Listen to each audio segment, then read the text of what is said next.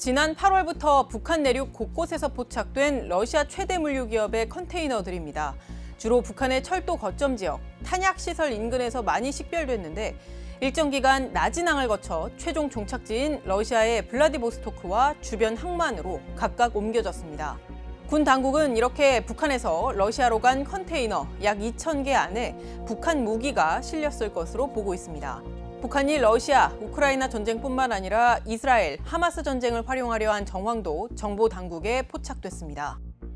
김정은이 최근 팔레스타인을 포괄적으로 지원하는 방안을 찾으라고 지시한 정황을 포착하였으며 유럽과 중동에서 두 개의 전쟁이 벌어지면서 북한의 군수산업이 예상치 못한 대목을 맞았다는 분석이 나오는데 과연 그 규모는 어느 정도이고 북한이 그 대가로 받은 것들은 무엇일까요?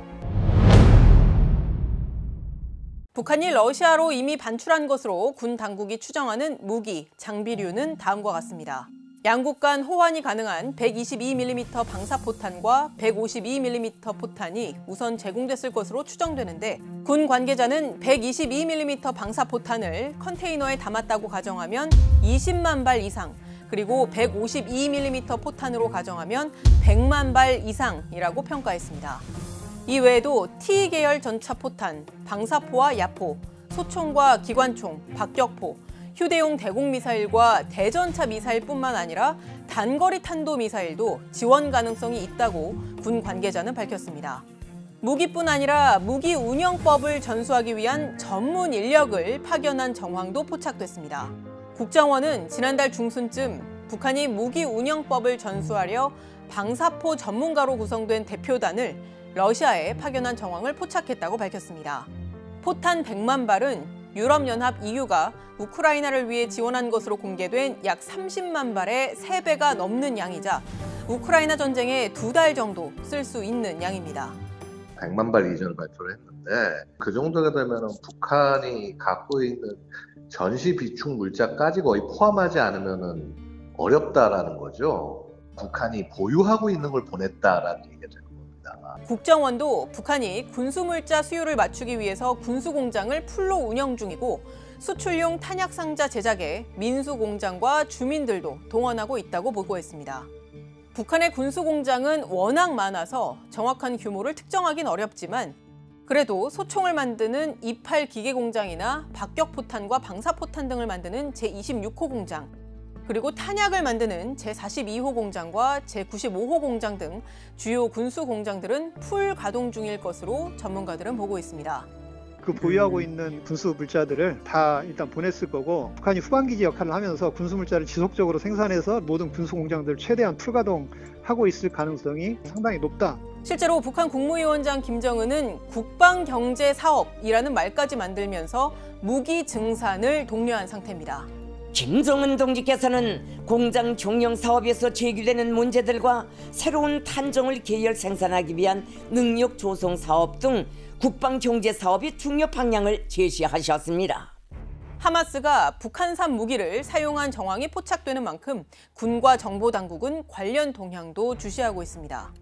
국정원은 북한이 과거 하마스, 헤즈볼라에 대전차 무기, 방사포탄 등을 수출한 전례가 있는 만큼 이 지역의 무장단체와 제3세계 국가에 무기 판매를 시도할 가능성이 있는 것으로 본다고 보고했습니다.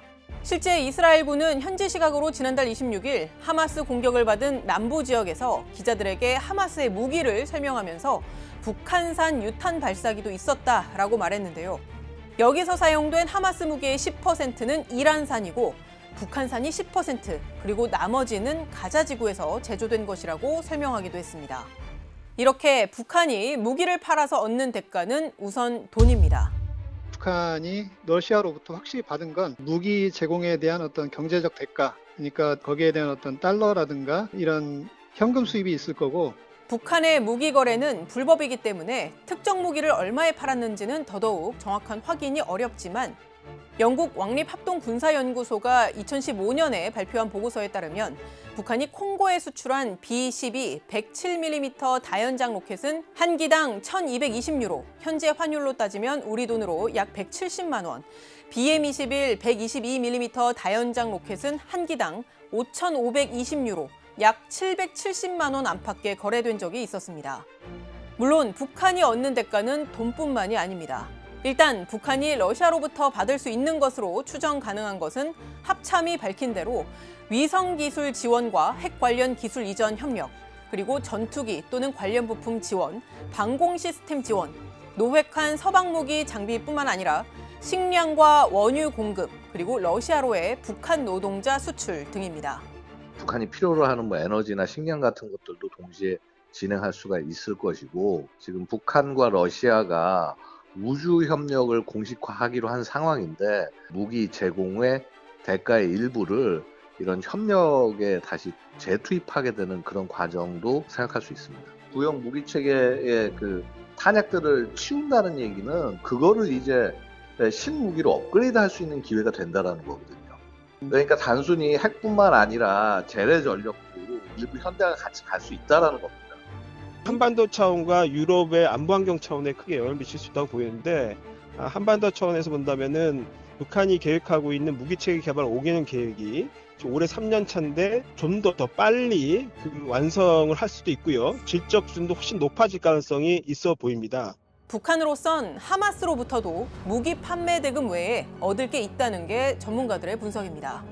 반미전선을 전 세계적 범위에서 강화하고 구축하려는 입장을 가지고 있기 때문에 하마스와 반미연대를 강화하는 정치적 이익을 얻으려고 하는 그런 측면이 있다고 생각합니다. 지구촌을 위협하는 데 북한 무기가 쓰인다는 것 자체가 문제이지만 북한이 무기 판매 대금과 러시아로부터 받아들이는 각종 핵 전략 무기 기술로 실질적인 핵 능력을 고도화시킬 수 있다는 점도 우려되는 상황입니다. 먼 곳에서 벌어지는 두 전쟁의 참화를 우리와 무관한 일로 치부해서는 안 되는 또 하나의 이유가 여기에 있습니다. 지금까지 뒷배기였습니다.